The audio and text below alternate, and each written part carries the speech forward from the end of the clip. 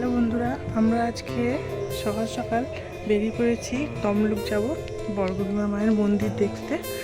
আজকে mother's day, তোমরা সকলে জানো। আজকে ডেটটা 10 তারিখ হবে। আজকে মাদার্স ডেতে তাই মাকে নিয়ে যে বর্গভীমার মন্দির যাব, তাই রেডি হচ্ছে। আমি এখানে অলরেডি কমপ্লিট হয়ে গেছি, মা রেডি হচ্ছে আর দিদি রেডি হচ্ছে, তিনজনে যাব। তো এরপর আমরা রেডি হয়ে গেছিলাম যাওয়ার জন্যে। মা রেডি আর আমিও তো রেডি হয়েই গিয়েছিলাম, শুধু চুলটা কমপ্লিট করেছি। আর ওইদিকে আমার দিদি সাইকেল নিয়ে চলে গেছে, কারণ ও সাইকেলে যাবে কিছুটা রাস্তা। কারণ আমরা সবাই বাড়ি থেকে বেরিয়েছি, বাড়ি থেকে আমাদেরকে টোটো ধরে গৌড়াকে যেতে হবে। আর দিদি সাইকেল আছে, তাই সে সাইকেলে গেছে। আর আমি আর মা এখন হেঁটে হেঁটে বাঁধে যাচ্ছি, গাড়ি ধরবো ওখান থেকে।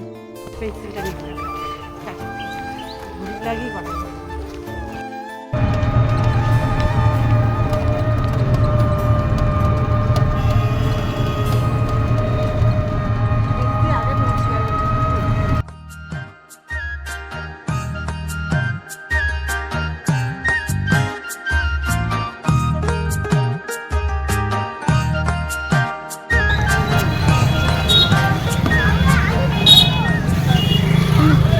এরপর আমরা গৌড়ায় চলে এসেছিলাম। আর আমাদের আগে আমার দিদি পৌঁছে গেছে, কারণ ওকে সাইকেলে চলে এসেছে আর গাড়ি পেতে আমাদের অনেকটাই লেট হয়ে গেছে।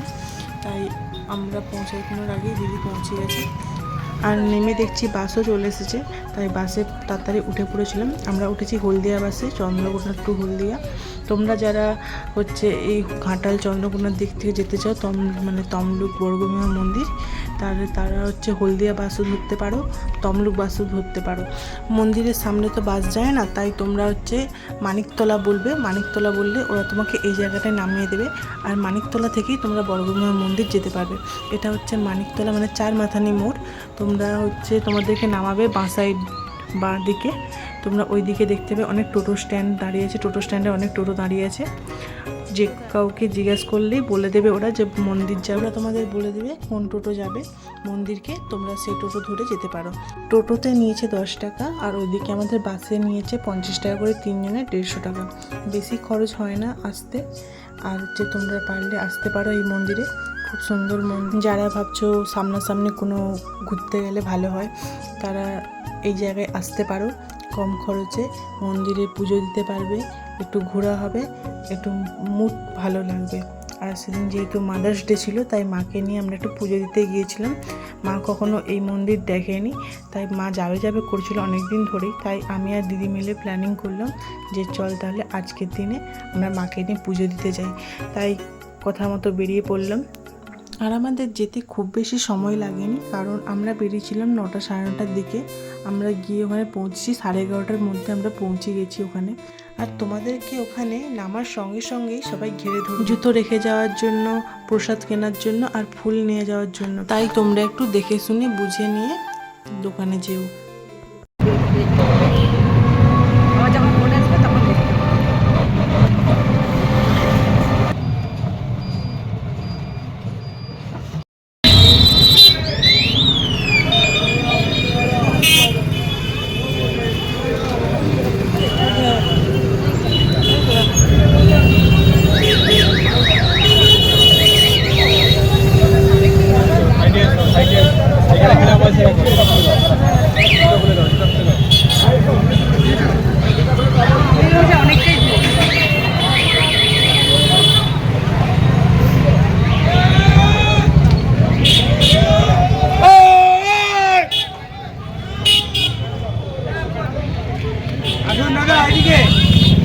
আমরা এখন পৌঁছে গেছি মন্দিরে।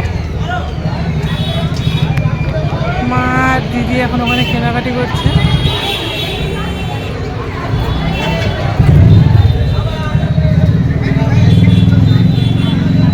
তো কমপ্লিট আমাদের কেনা বলতে ঠাকুরের প্রসাদ নিয়েছিলাম, মালা নিয়েছিলাম, আর সিঁদুর যেমন দেয়, সিঁদুর ধূপ দিয়েছিল, ওগুলো কেনাকাটি করছিল মা।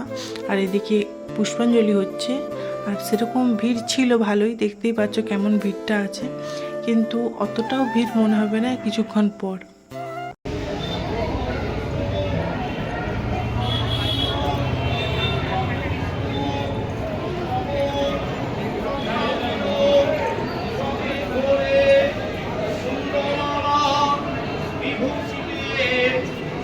বেরোম একটা জিনিস তোমাদেরকে শেয়ার করার ছিল, ওখানে যে পুজোর থালি দেয়, যেটা মানে ঠাকুরের প্রসাদ, ফুল, মালা এইসব যে দেয়, এগুলো অনেকটা বাজেট, মানে তোমার রাস্তা খরচের থেকে ওটার বাজেট বেশি। মানে একটা ছোট চুবড়ি দেবে, তার দাম 80 টাকা। মানে একটুখানি শুধু জাস্ট 4টা প্রসাদ আর একটা ফুল, একটা মাত্র ফুল, তার দাম 80 টাকা বলছে। মানে প্রচণ্ড দাম এই জিনিসের। আর আমরা এখানে পুজোর জিনিস কিনে নিয়ে নাম লিখছিলাম, কি কার নামে পুজো দেব। মায়ের জন্য যেহেতু পুজো দিতে গিয়েছিলাম, তাই মাকে বললাম তোমার নামে পুজো দাও আর তোমার নামে নামটা লিখো।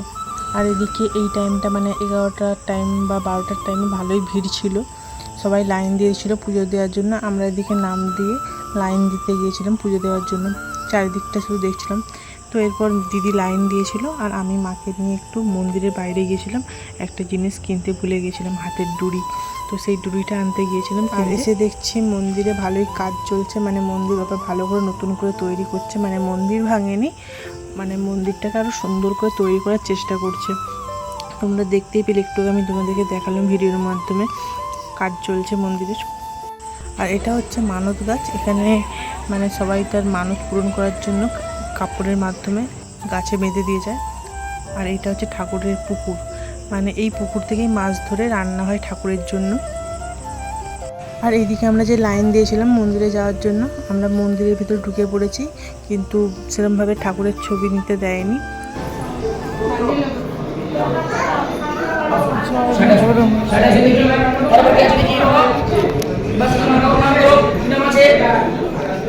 এবার তোমাদেরকে বলি, আমরা যে মন্দিরের ভিতরে গেলাম, ঠাকুরের মানে পুজো যে প্রসাদের বা পুজোর থালিটা নিয়ে, ওরা সেটা নিয়ে নিল আর আমাদেরকে জাস্ট ঠাকুরের থেকে একটা ছোঁয়া ফুল নিয়ে হাতে দিয়ে দিল প্রসাদ সমেত।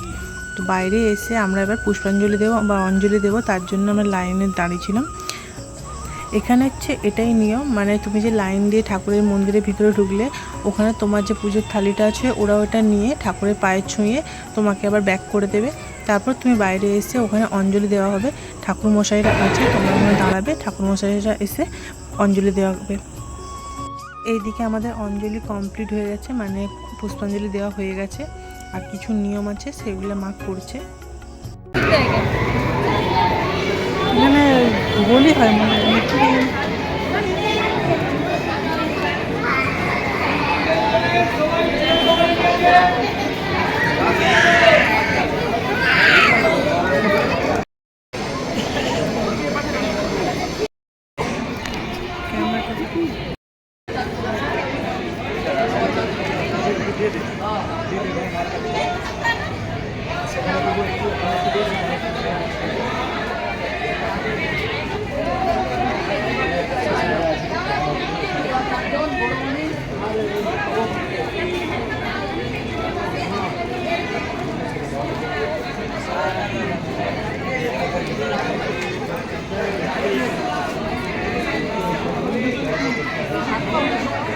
ডালেই করতে হবে এমন কোনো মানে নেই।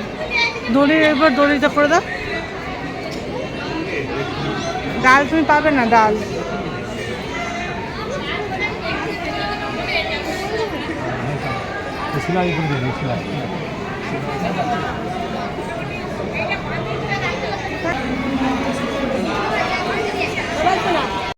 ওখানে এবার তাপ নয়, সব ঈদ নিয়েছে, ধূপ না নিচ্ছে, পুকুরে জলে পা ধুতে তাপ নিয়ে নাও।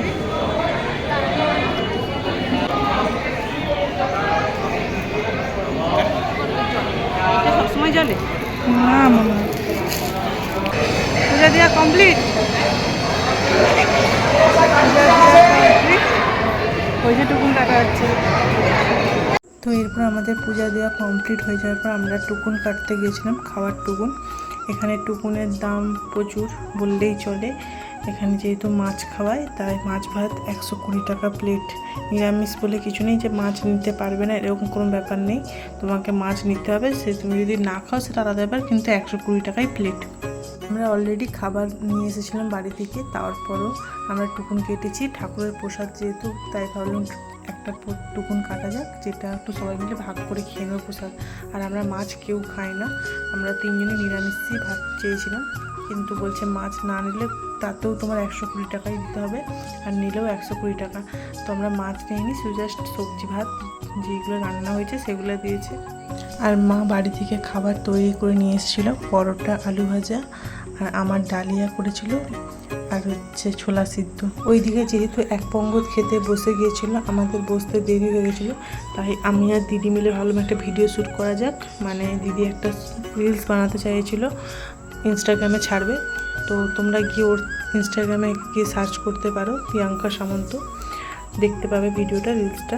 আর এদিকে মা একা বসেছিল, তাই ভাবলাম বেশিক্ষণ সময় নষ্ট না করে মায়ের কাছে যাই। তাই মাকে নিয়ে একটু বাইরে বেরিয়েছিলাম, চলো যতক্ষণ খাওয়া হচ্ছে তার থেকে বরং তোমাকে একটু নিয়ে ঘুরে আসি বাইরে থেকে।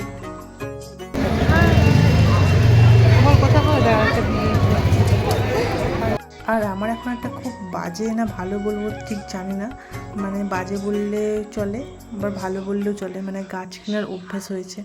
যেখানে গাছ দেখতে পাই গাছ কিনবো, তাও আবার কাগজ ফুলের গাছ।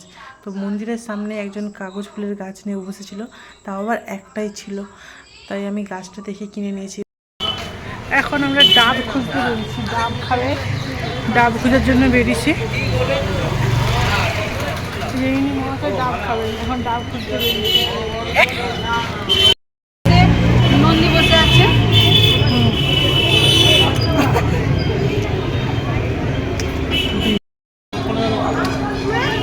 ঠিক আছে। এসে দেখছি ভালোই ভিড় হয়ে গেছে খেতে বসার জায়গায়, মানে কতজন বসেছে একটা জায়গায় খেতে, বুঝতে পারছো তোমরা দেখে।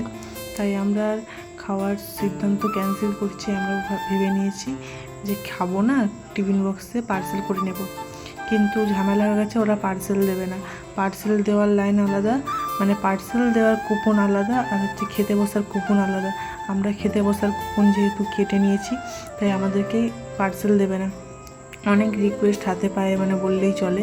তারপরে গিয়ে খাবার দিয়েছে, তাও আবার হাফ তরকারি দেয়নি, শুধু ভাতেই ভর্তি করে দিয়েছে টিফিন বক্স।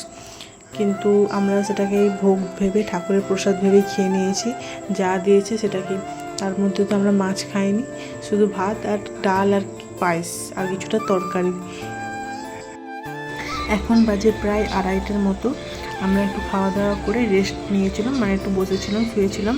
এখানে অনেকজনই ছিল, শুয়েছিল, বসেছিল, সবাই রেস্ট নিয়ে খাওয়া দাওয়া করে তারপর বাড়ি গেছে। আবার অনেকজন আছে খাওয়া দাওয়া করে চলে গেছে। এখন পুরো ফাঁকা হয়ে গেছে বললেই চলে, কিছু মানুষ আছে, এরপর পুরোটা মন্দিরটাই খালি হয়ে যাবে। তাই বললাম, ভিড় যখন ছিল তখন 11টা-12টার সময় ভালোই ভিড় ছিল, তারপর যখন খাওয়া দাওয়া হয়ে গেল এরপর আস্তে আস্তে দেখলাম ভিড়টা কমে গেল। তো এখন আমরা বাড়ি যাব বলে রেডি হয়ে গেছি, বাড়ি যাওয়ার উদ্দেশ্যে। তোমরা ওখান থেকেই টোটো পেয়ে যাবে, মানে যখন বাড়ি আসবে তার জন্য যে গাড়ি ধরবে তোমরা ওখান থেকেই টোটো পেয়ে যাবে। অনেক টোটো থাকে, ওখান থেকে তোমরা টোটো ধরে মানিকতলায় বলবে যাব, তো ওরা তোমাকে সেই জায়গাতেই নামিয়ে দেবে। যেখান থেকে তোমরা টোটো ধরে মন্দিরে গিয়েছিলে সেখানে তোমাকে নামিয়ে দেবে। ওখানে অনেক বাস যায়, তোমরা বাস ধরে উঠে পড়তে পারো। ডাব নিয়ে ঠেলাঠেলি, একটা জিনিস নিয়ে ঠেলাঠেলি শুরু।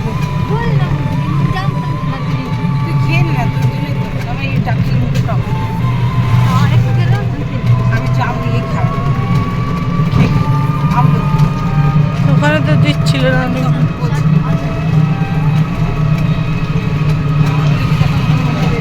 মানুষ পেলাম কই, প্রাণ খুইলা দুটো কথা কই। আমি মনের মানুষ পেলাম কই, প্রাণ খুইলা দুটো কথা কই। ওই রে আশার কাছে তুইলা দিয়া কেড়ে নে রে বাঁশের মই আশার কাছে। তো আমি বাড়ি চলে এসেছি। বাড়ি এসে ড্রেস চেঞ্জ করে ফ্রেশ হয়ে গাছে জল দিয়ে, আমার ঘরে তো অনেক গাছ আছে, গাছ দেখি না একদিনেই একটু রোদ পেয়েছে, জোর ঝলসে গেছে, তো গাছে জল দিয়ে তার একটা নতুন সঙ্গী নিয়ে এসেছি। সেই সঙ্গীকে এখানে গাছের সঙ্গে অ্যাড করব, দেখাচ্ছি তোমাদেরকে। দাও,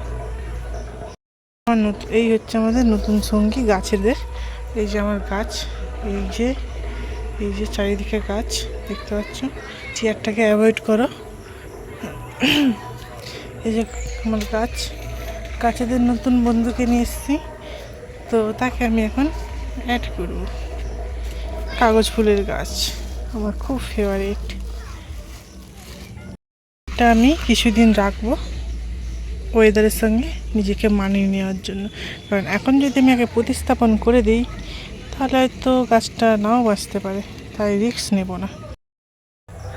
তো বন্ধুরা, আজকে ভিডিওটা এই পর্যন্তই। বাড়িতে চলে এসেছি, হচ্ছে নেক্সট ব্লগে নতুন কোনো একটা ভ্রমণীয় স্থান যাব, নতুন কোথাও ঘুরতে গেলে আবার তোমাদের সঙ্গে শেয়ার করব। ভিডিওটা ভালো লাগলে লাইক, কমেন্ট এবং সাবস্ক্রাইব করে দিয়ে দেখা হচ্ছে নেক্সট ব্লগে।